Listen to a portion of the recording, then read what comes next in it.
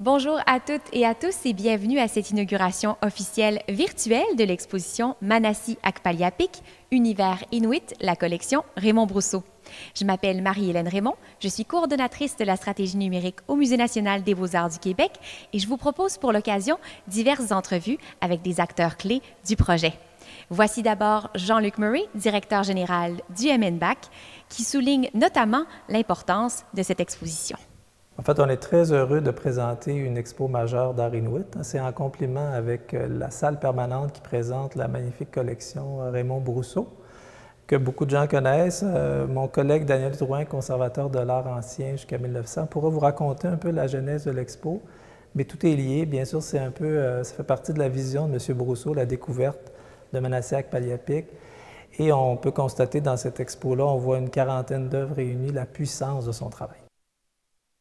En fait, on a peut-être une conception de l'art inuit qui est liée peut-être au tourisme, aux objets qu'on acquiert quand on voyage ou que les gens de l'extérieur acquièrent quand ils voyagent. Donc, des petites œuvres en stéatite, donc ça n'a rien à voir. Encore là, il y a des artistes contemporains en art inuit, ils s'inspirent bien sûr de la tradition, mais ils créent des œuvres complètement uniques. Entre autres, Manassi Akpaliapik, c'est la force des matériaux, le format, les sujets, bien sûr, ils s'intéressent aux sujets traditionnels de l'art inuit, c'est-à-dire entre autres le lien avec la nature, mais il s'intéresse aussi aux enjeux contemporains comme les problèmes dans les sociétés inuites et amérindiennes, par exemple. Je souhaite souligner l'apport de nos équipes. Ce sont des œuvres de grand format, vous allez voir, souvent avec un équilibre fragile, lourde. Donc, il y a tout un travail de scénographie qui a été fait par Marie-France Grondin. C'est magnifique, entre autres. On reprend un peu cette notion-là d'équilibre précaire avec des vitrines à trois pattes. Vous remarquerez un petit peu aussi la patine des vitrines qui fait écho aux œuvres. Tout le travail aussi de soutien technique aux œuvres. Là, je sais qu'entre autres, un de nos techniciens va aller présenter ce travail-là dans un symposium spécialisé aux États-Unis, tellement c'est fait avec minutie. Entre autres, on a travaillé la patine des supports pour qu'ils se rendent un peu plus invisibles quand on les voit dans l'œuvre. Donc, un travail extraordinaire. Bien sûr, le conservateur Daniel Drouin, que vous allez rencontrer tout à l'heure, qui, déjà, la genèse du don de la collection Brousseau était là au musée pour travailler cette relation-là avec le collectionneur. Et il va vous raconter, en fait, il me le racontait tout à l'heure, que c'est déjà à ce moment-là qu'on a commencé à regarder le travail de Manassi Akpaliapik, qui était un des favoris de M. Brousseau. Donc, c'est une longue genèse, mais en même temps un travail tout à fait cohérent, pertinent, surtout après une longue pandémie où on est interpellé par le sens de la vie, de la nature, notre relation avec la nature. C'est une expo vraiment au bon moment pour le musée. C'est très particulier en rapport à ces œuvres-là. Moi, je compare ça des fois quand on approche une œuvre d'art qui a une immense force, parce qu'il y a à la fois le matériau, hein, on sait que c'est des matériaux naturels, l'os de baleine, l'ivoire de narval, etc. Souvent, c'est des matériaux qui ont été dans le sol, donc qui ont déjà une patine. Mais c'est sa façon de travailler le matériau qui fait en fait que c'est un rapport très premier, très émotif, très sensible. Donc, quand on approche une œuvre comme celle de Manassi Akpaliapik, il faut être prêt à vivre des émotions fortes. Parce que vraiment, on le voit, la plupart des grands artistes ont ce talent-là d'interpeller quelque chose qui est très premier en nous, très humain. Donc, vraiment, les visiteurs en auront pour tous les sens, pour toutes les émotions. Et c'est un peu ce qui fait la force de son travail. C'est-à-dire que c'est un rapport très premier, très sensible, très fort, puis on n'a pas besoin de se mettre dans un état particulier là, pour approcher une œuvre de Manassi Akpaliapik. Il faut venir voir vraiment cette expo-là pour ressentir les émotions dont je vous parle. Considéré comme un des artistes les plus doués de sa génération, Manassi Akpaliapik, originaire de l'île de Baffin au Nunavut, s'adonne dès l'enfance à la sculpture en observant les membres de sa famille, notamment ses grands-parents. J'ai eu l'immense privilège de m'entretenir avec Manassi sur Zoom il y a quelques semaines. Je vous invite à l'écouter. Tell me about the way you feel about this monographic exhibition. Well, I would have been happier to be there, but unfortunately we can't do that because of all these things happening around us. But we're still doing it. I'm happy, and I'm honored to have this that's happening around with this exhibition. It's so amazing how much work the group has done to put this together. I'm so thankful for that. It takes a lot of work to, and they consider all sorts of things. How is it going to look and where is. It's amazing. It's amazing how they put all this together. Thank you.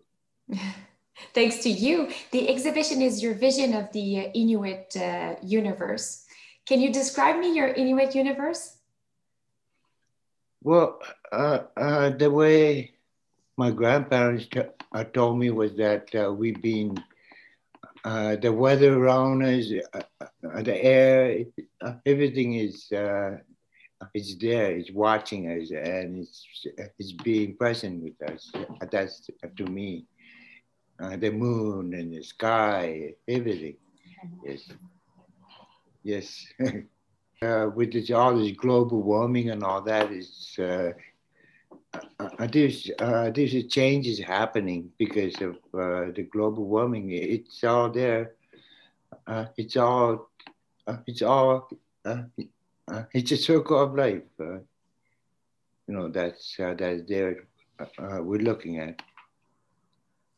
And the circle is very important to you. I remember when we met in 2017, you told me about the circle, how important it was in your life and in your culture, right?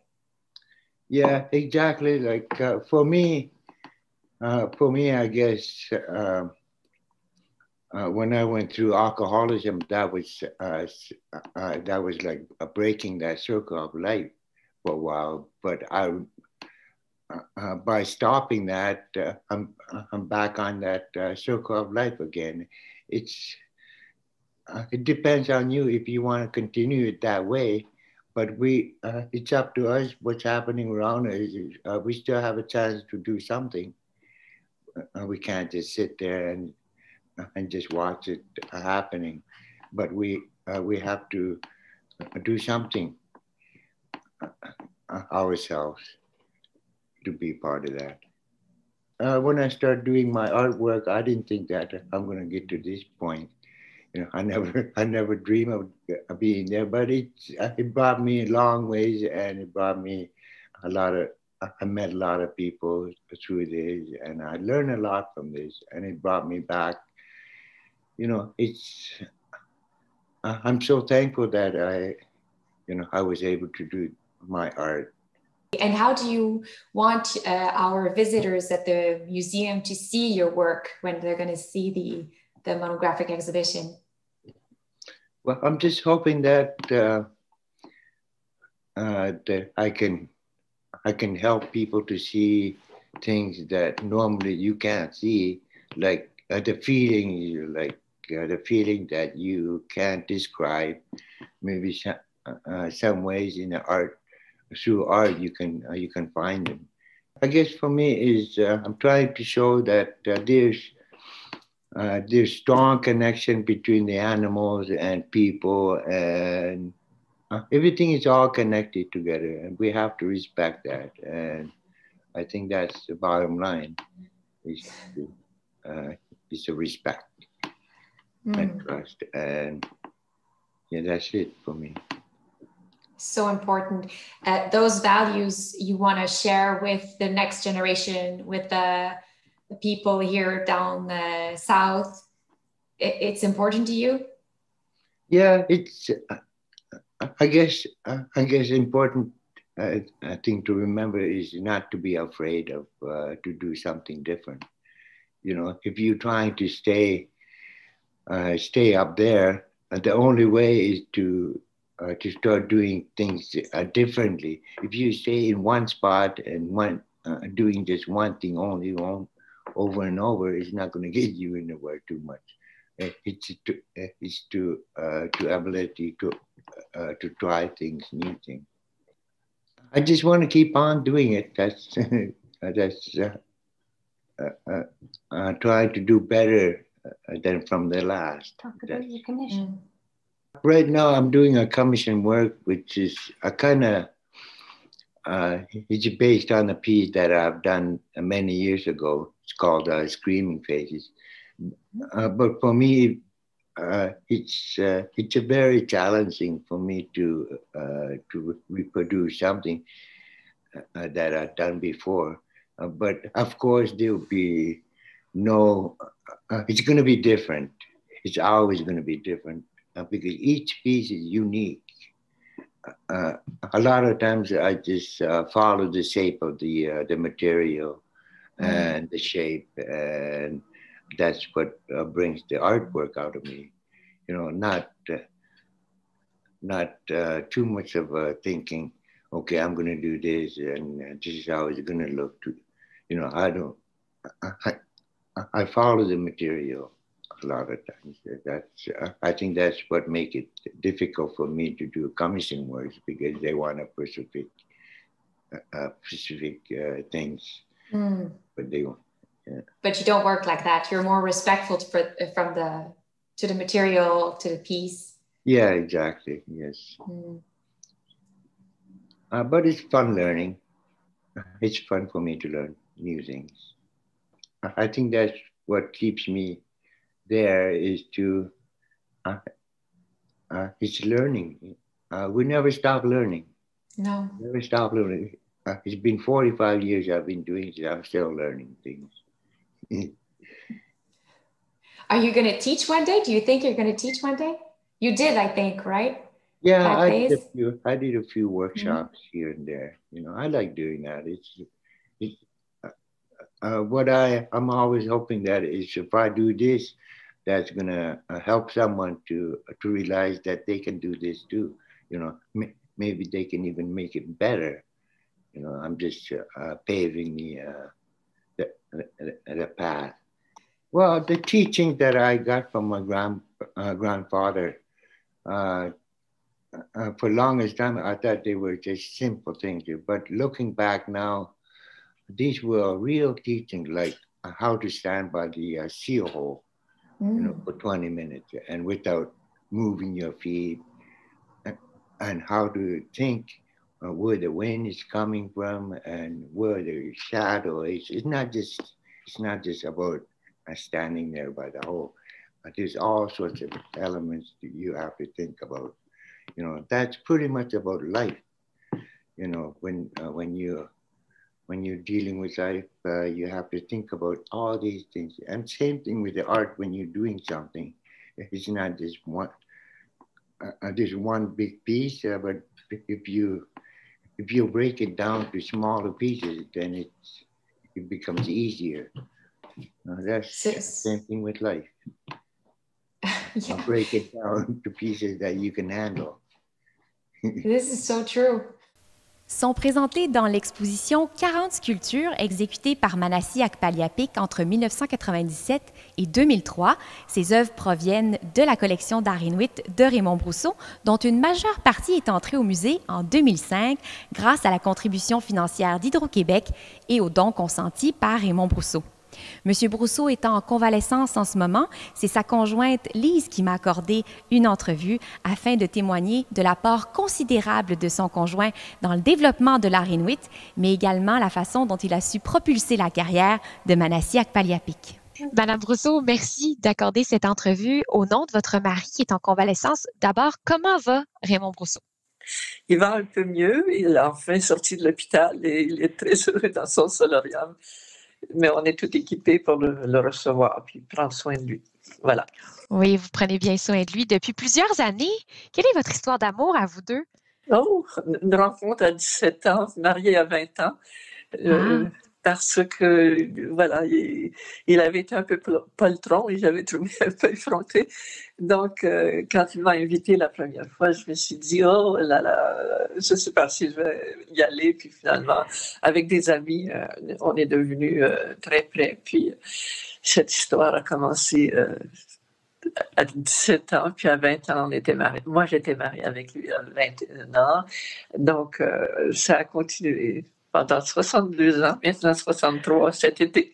Wow, ça va être un bel anniversaire à célébrer. On dit tout le temps qu'on est des dinosaures.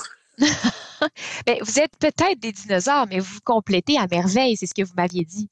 oui, on se complète chacun dans notre domaine. Moi, j'ai toujours fait de la présentation dans les musées. Je suis muséographe et Raymond avait collectionné, mais aussi il a collectionné pas seulement l'art inuit, mais plusieurs collections. Donc, c'est bien parce que je pouvais mettre en valeur, je pouvais présenter ces choses d'une façon agréable pour lui.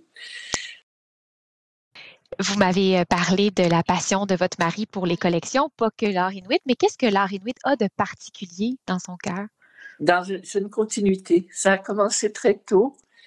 Nous allions à la guilde à la veille de Noël, je crois, et on pouvait choisir une pièce ou deux, ça dépendait de notre budget. On avait un gros billet de 20 $, certains. Et on a pu acquérir. La première fois, on s'est trompé. On a pris notre temps et puis on s'est fait shipper ce qu'on voulait. Mais la deuxième fois, on a été plus prudent. On a amoncelé des pièces et puis ensuite on a éliminé. Et on avait un petit budget un peu plus important peut-être. Et on a réalisé les premières acquisitions comme ça. Puis ensuite, on a eu des amis qui ont travaillé, je pense qu'ils enseignaient dans le Nord et qui, au moment de leur séparation, nous ont vendu leurs pièces qui étaient exceptionnelles. Elles sont aujourd'hui au Musée national des beaux-arts, dans la collection du musée. C'est une grande chance. Les pièces des années 50 sont très rares maintenant, il n'y en a pas beaucoup, si elles sont dans les collections. Donc nous, on démarrait avec des collections des années 50, ce qui est au musée maintenant. C'est une salle que les visiteurs adorent. Je crois que c'est la préférée des gens, cette exposition-là. La préférée des surveillants aussi, que quand nous allions, ils accostaient toujours Raymond pour avoir plus de renseignements parce qu'ils voulaient expliquer aux gens ce qui était dans les vitrines. Oui. Elle est très appréciée, cette salle, c'est vrai. Je pense que cette exposition aussi que nous avions fait en Europe, avec la contribution de Michel Côté du musée, ça s'appelait à ce moment-là le musée d'histoire naturelle, mais c'est devenu très vite le musée des confluences que Michel Côté a piloté. Et ces œuvres-là ont été présentées à Lyon avec beaucoup de succès. Il y avait des filets à la porte qui attendaient de voir cette exposition. Et ensuite, elle est allée à Paris, au musée de l'Homme, que Monsieur le Président Chirac a inauguré d'ailleurs. Et par la suite, à Toulouse, au convent des Jacobins, que j'ai suivi pendant 1 heure cette exposition pour m'assurer la protection et la présentation impeccable de cette collection. Elle est revenue à Québec et John Porter a dit, ça y est, elle devait rester chez nous. Et donc, c'était le début des négociations et des ententes en vue avec la collaboration d'Hydro-Québec de remettre au musée cette collection de 2800 pièces. Un don exceptionnel, vraiment. Oui. Et la découverte de Manassi Akpaliépik, ça s'est fait comment? Ah là, Raymond a vu en préparation la création du monde, qui est une pièce magnifique, qui est une pièce de grandeur nature, que Manassi travaillait en secret, et puis Raymond a attendu 2 ans pour l'acquérir. Il était très fier finalement d'être celui qui a acquis cette pièce, parce qu'elle est magnifique, elle est maintenant acquise. Elle a été acquise par le Musée des Confluences à Lyon, où Michel Côté était directeur. Et elle est exposée en permanence maintenant au Musée des Confluences. C'est une pièce exceptionnelle. Je crois que Raymond croit que c'était le chef-d'œuvre de l'art inuit. Alors voilà.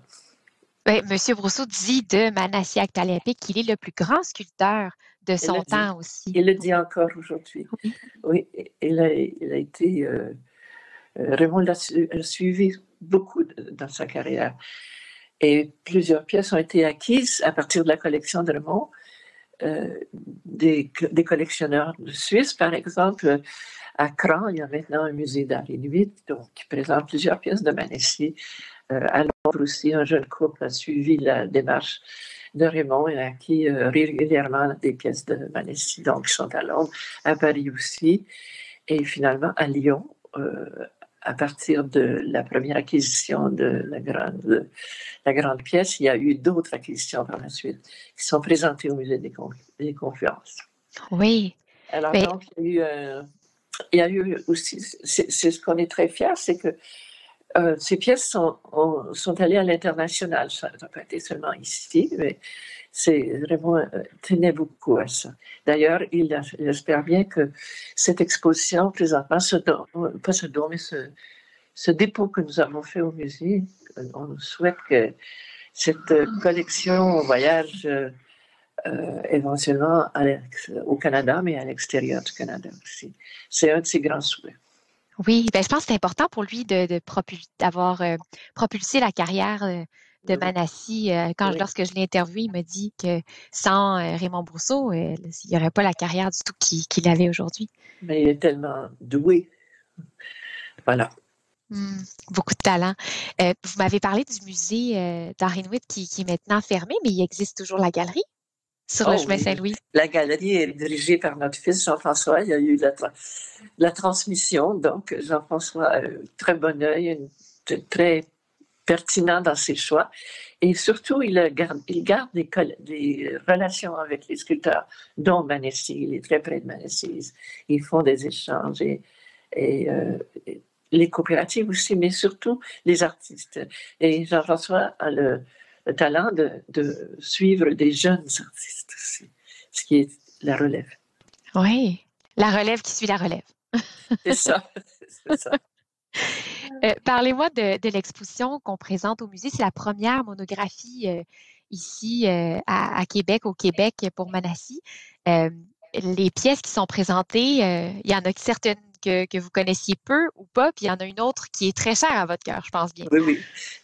Quand on a fait la photographie en vue du prêt au musée, je me suis rendu compte que je n'avais pas vu passer beaucoup de ces sculptures-là. Mais au moment où Daniel Drouin et la directrice de vos collections est venue ici et qu'ils ont Annie Gauthier. Oui, mon bœuf musqué qui était sur la table à café, ils ont dit « il nous la faut. » Bon, alors j'ai décidé de la prêter. Je ne crois pas qu'elle va voyager, mais je suis très fière qu'elle fasse partie de la collection. C'est une pièce magnifique, c'est un bœuf musqué qui danse, alors c'est assez rare. Et quelle utilisation de la matière, c'est ça qui est génial. Vous allez voir, chez Manassi, il trouve la façon d'utiliser sa matière puis de donner vie à sa pièce. Alors, bon, ça, c'est pour un sculpteur, je considère que c'est exceptionnel aussi. Quelle est la genèse de cet important don de la part de Raymond Brousseau? Pourquoi dédier une exposition à Manassi Akpaliapik et qu'ont de particulier ses œuvres? Voilà quelques questions que j'ai posées à mon collègue Daniel Drouin, commissaire de l'exposition, conservateur de l'art ancien au Musée national des beaux-arts du Québec depuis près de 20 ans. Il a été également responsable de la collection d'art inuit entre 2005 et 2020. L'histoire entre Manassi et le Musée national des beaux-arts du Québec a commencé en 2005, au moment où la collection de Raymond Brousseau a été acquise par le musée, donc donnée en partie par Raymond Brousseau et sa galerie d'art, et acquise aussi en partie par Hydro-Québec. Donc, l'aventure commence à ce moment-là, et déjà, une des pièces de Manassi, la maternité, est une des vedettes de la salle permanente qui est consacrée à la collection d'art inuit à partir de 2006. Et donc, en 2016, alors que Raymond Brousseau avait gardé par devers lui plus de 30 pièces de Manassi Akpaliapik, il décide de les offrir au Musée national des beaux-arts du Québec. Donc, à ce moment-là, c'est moi qui suis responsable de la collection, comme vous le savez, et qui procède au rapatriement des pièces au musée. Et donc, on commence à travailler sur le catalogage et ainsi de suite. On les entrepose. Donc, c'est une collection qui est vraiment extraordinaire. Et de fil en aiguille, à partir du moment où les œuvres arrivent au musée, on inaugure le pavillon La Sonde, la salle d'art inuit Ilipunga, où, encore une fois, les œuvres de Manassi sont parmi les plus fameuses qui sont présentées dans cette salle-là. Donc, les visiteurs du musée adorent la salle et adorent les œuvres de Manassi. Et, en même temps, Marie-Hélène, tu le sais, c'est toi qui as procédé à ça. On a enregistré une magnifique capsule, un artiste, une œuvre avec Manassi Akpaliapik. On en a fait une de nos vedettes. Et toujours parallèle à ça, Manassi est reçu ici au musée. On le reçoit à cette époque-là pour documenter les pièces. Et pendant des heures, il va nous les identifier toutes l'une après l'autre, et à ce moment-là, toutes les pièces se mettent à avoir un sens comme on ne l'avait jamais vu. Parce que la plupart du temps, les artistes inuits ne donnent pas de titre à leurs pièces. Mais là, dans le cas de Manassi, nous avions des titres extrêmement évocateurs, et ça, c'était un moment de connaissance exceptionnel. De fil en aiguille, la nouvelle directrice des expositions et des collections, Annie Gauthier, décide de mettre le lot de pièces de Manassi Akpaliapik dans le calendrier de programmation pour en faire une exposition. Alors là commence le travail en équipe. C'est rare de pouvoir avoir accès à un artiste inuit parce que la plupart du temps, ils sont très loin de nous. Et Manassi, ayant son atelier dans la région de Toronto, on a pu le faire venir. Donc, un véritable moment de grâce où prenait forme devant nous chacune des pièces. On comprenait exactement qu'est-ce qu'il avait voulu façonner dans l'os de baleine, que ce soit une légende, que ce soit un souvenir de jeunesse, que ce soit son lien avec la faune, la nature, avec l'univers, avec sa culture et son histoire. Chaque pièce prenait un sens et plus jamais on ne pourrait la voir de la même façon. Manassi est, pour Raymond Brousseau, l'artiste inuit étant le plus fameux au Canada. C'est vraiment un virtuose de la sculpture d'abord. D'abord, c'est un praticien extrêmement talentueux, mais en même temps, c'est un homme d'une sensibilité extrême et d'une humilité incroyable, un homme de peu de mots qui a réussi à transmettre dans la matière d'une manière incomparable son lien avec son univers et avec sa culture, avec son histoire. Ils sont très rares, les artistes qui ont réussi à insuffler à la matière autant de beauté, autant d'éléments historiques, autant de récits. Voilà le terme que je cherchais, autant de récits dans une pièce. Ils sont peu nombreux au Québec et au Canada à avoir fait ça. Oui, Manassi reste connecté aux traditions de sa culture, aux traditions de son peuple, mais en même temps, il est d'une originalité incroyable puisqu'il travaille cette matière vivante qui est l'os de baleine. Ils sont très peu à travailler cette matière au Québec, au Canada, et en même temps, les pièces sont incroyables par leur volume, par leur format, par leurs aspects techniques et stylistiques. Donc, c'est un artiste exceptionnel avec une production unique au monde. Il n'y a rien qui ressemble au travail de Manassi Akpaliapik. C'est une exposition d'immersion dans un univers que la majorité des gens ne connaissent pas. Et les gens vont en sortir complètement ravis, étonnés, transformés. Bonjour, Koué ou Lakout. Jusqu'en février 2023, le Musée national des beaux-arts du Québec propose l'exposition Manassi Akpaliapik, l'univers inuit. Ce sculpteur compte parmi les artistes les plus connus, les plus talentueux du pays. Ses œuvres se démarquent par leur beauté, mais par leur pouvoir évocateur. M. Akpaliapik a déjà vécu à Montréal, il vit présentement à Toronto, et ses œuvres transposent la tradition orale, la faune, le monde surnaturel et l'environnement arctique. La présentation de cette exposition contribue à alimenter la curiosité et l'admiration à l'égard de l'art inuit et à confirmer que les artistes autochtones méritent la place qui leur est donnée dans les musées. Je tiens à remercier le musée pour sa contribution constante à la connaissance, la reconnaissance, la valorisation des artistes et de l'art autochtone, de même qu'à la préservation de la culture inuit. J'invite les Québécoises et les Québécois à découvrir ou redécouvrir M. Manassi Akpaliapik à travers une quarantaine de sculptures qui sont un don de M. Raymond Brousseau. Le gouvernement du Québec est fier de soutenir le Musée national des beaux-arts du Québec pour cette exposition qui est unique. Je vous remercie. Miigwech, McCormick. Voilà, c'est ce qui complète cette présentation toute spéciale pour l'exposition Manassi Akpaliapik, Univers Inuit, la collection Raymond Brousseau, qui, je vous le rappelle, prend l'affiche le 18 juin. Vous pouvez déjà vous procurer vos billets en ligne au mnbac.org et ce sera un plaisir de vous voir au musée tout bientôt.